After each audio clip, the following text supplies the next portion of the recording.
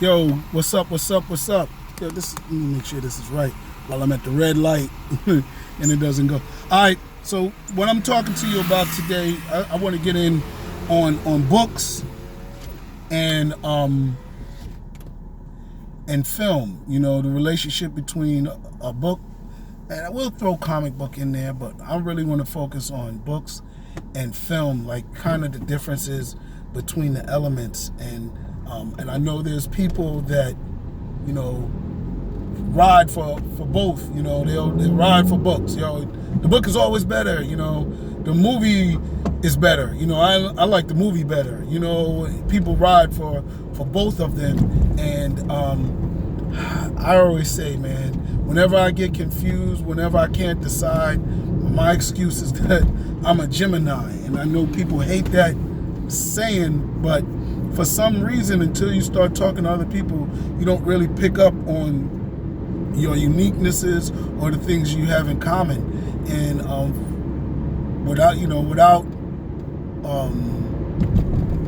denying it, I have a lot of things in common with the astrological sign of Gemini. So I'm gonna just preface the rest of this blog is that I'm a Gemini. Now, as a writer, I write stories, and when I think of stories, I can think of length. You know, I can think, you know, this story is going to be this long, but then I think of what medium is like the best. I've written comic books, I've written movies, I've written, well, I've never produced a television show. Actually, I did, you know, nonfiction. I mean, I'm not nonfiction. I don't know how you say nonfiction in television. It was a talk show, okay? So I wrote that. But I've written books and screenplays, but screenplays are movies as well. So there you have it. And I don't know always what medium my story is best told in for the sake of the story. Now, other factors come into play. One, genres vary from film and book. Okay, what is urban fiction in book can be horror, can be thriller, can be suspense, drama, all of that in film. Not to mention budget comes into play. So, you know, I am a self-produced filmmaker, and I don't write stories that, well, I keep in mind that the stories that I can produce myself and those that are definitely ones that I will have to send out to submissions and try to get Hollywood to buy because they're so big in budget and scope, you know. So that is a factor. So when I think of my stories in the genre, I mean, the medium that they go into, you know, budget does become a factor. The genre or the category becomes a factor. But I don't think about the story itself. Now, true for some drama stories or some types of stories from the perspective of the person, they are really cool to do in book because you get a chance to visualize everything. But, you know, like, and I'm thinking like Paul Mooney's book was really cool, you know, autobiography. You know, he talked about his life with Richard Pryor. The one that just came on TV, Bobby Brown. Bobby Brown's book, right, was the basis for his film and or his BET special. And that was really good both ways. And you see with some of the things in the story, they were not able to play them in the TV show the way they were written about in the book. So that's one thing.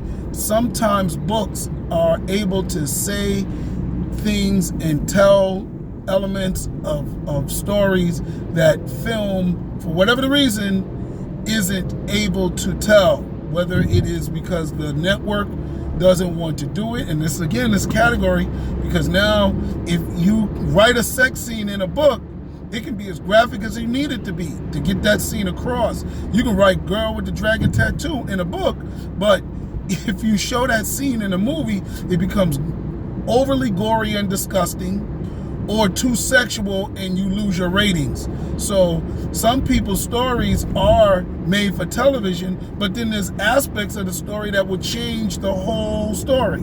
So with books, you get no separation. It's the book. Nobody says this is an adult book. Nobody says give this book an R rating.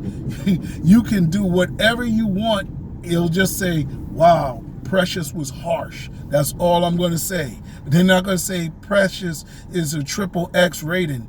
We don't even have XXX ratings really anymore. Maybe they just say it's porn, and Precious would have been like harsh porn. So those are some of the elements that are cool in books. In terms of film, well, what I like in film is you don't really have to imagine so much. You're mostly accepting the imagination of the set designers, the actors, the costume design, and they bring that imagination for you. What I like about film is, you get that immediate reaction. I like going to theaters, so I like seeing my movies in theaters with people. Sometimes there's a few shows, maybe television shows, that I don't mind watching by myself at the house. But, if there's anything that's really cool, man, I would love to get that audience crowd reaction. I'm a grindhouse person. I'm from, 42nd Street was my ideal movie location. You know what I'm saying? Because I like hearing people laugh and give reactions. I don't like it quiet like a library. I don't mind you talking and yelling, get them, shut the heck up. You know what I'm saying? Right over there. I don't mind that. Now, if you're talking on the phone and you're not into the film, yeah, that's a distraction. But I like that other stuff. And then I also like the fact that you see it, everybody sees it, and everybody can talk about it. As best as a book club is, you only get that post-story collective experience. The reading of the story is an individual experience. And that, to me, is not always the most fun. It is fun, but it's not always, especially like horror is one of the best genres of film to watch in a theater. People are screaming, they're jumping on you, they're reacting, and sometimes their reactions, especially like take comedy, sometimes their reactions are golden, you know what I'm saying? And they trigger a reaction in you. So that's really the element. Now, that's really one of the elements of film. So I talked about what I like about books and what I like about film. Now, books and film, oh, that's beautiful. Now also understand that every genre don't really translate into books the same, especially comedy. It really doesn't translate to book as well as it does in film. Also, certain types of horror, the Annabelle, the Nun, that type of horror will have different things that'll creep you out and scare you in the book than they do in the movie. But things like Friday the 13th, Jason, Michael Myers and Halloween, those stories depend on a lot of jump, a lot of surprise, a lot of, you standing there and the knife comes through their chest, or shock. That's almost impossible to write in a book. Maybe somebody has written it. I'm not going to say things aren't capable of being done, but it's just very, very rare. So those things. But as far as everything else, I've written 2 of my stories. I've done 3 films, and 2 of them have come from books or stories that I've written. And while I love them both, they pretty much embodied some of the elements that are I mentioned earlier. My books sometimes give a little bit more comprehensive story, and my films embody different elements. They have the shock value that horror may have. They have the humor that that film may have, and then their collective experience. Again, I do horror films. Gold Digger Killer was my second film, and I wrote that into a book. And what I liked about it was, man, the movie was good, and it won awards. And the book hasn't won anything, but I will say this: that's probably because of exposure. But I will say this: the book has almost like 2/3 as much story. So you're missing out on larger parts of the story, and I flush out more characters just because I have more time. Books are limited by maybe a certain thickness, a certain amount of pages, a certain amount of words, and film is limited by screen time. You go over an hour and a half, you got to have a Game of Thrones, you better have a good superhero movie, you better really do it. If you're doing a comedy over an hour and a half, people's like, what? If you're doing a drama over an hour and a half, people are like, oh shoot, I'm out of focus. So that's really that. But I like it. Now, some of the movies that I like, that I've also read the books, I enjoy Waiting to Exhale. That was one of the first ones that I saw.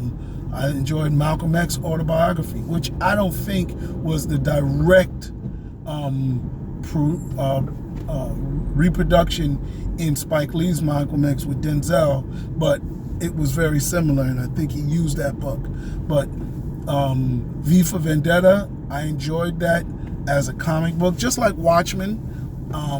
I enjoyed it as a comic book. The comic books of Watchmen had more elements than the film did, but I enjoyed that. Ones that I think they got it wrong was Starship Troopers. Goodness. Ones they could have done better was Ender's Game, definitely. They need to do Ender's Shadow, but what do you call it? That's the challenge. So I'm just gonna say it like this. I know I don't seem like I'm real hyper excited. There's really nothing controversial, right? And sometimes you just want to check out a blog to hear some of the person's ideas, and hopefully I triggered something in you. I replay these thoughts whenever I'm making a film, whenever I'm writing a book, to fully exploit the elements of the medium. Give you something in a book that you can't get from somewhere else. So maybe I hit you with a little bit of that. But yeah, I don't know. It's probably some I read Carrie. I read The Shining. Those are definitely other good books that went to movies. I'm waiting for Star Wars to do Force Unleashed. I love the Star Wars. If anything, that was my favorite favorite book brand is the Star Wars brand. I love the movies, but the movies got a lot more competition than the books do, because the books are really expensive. All right, touch base with you later. Peace.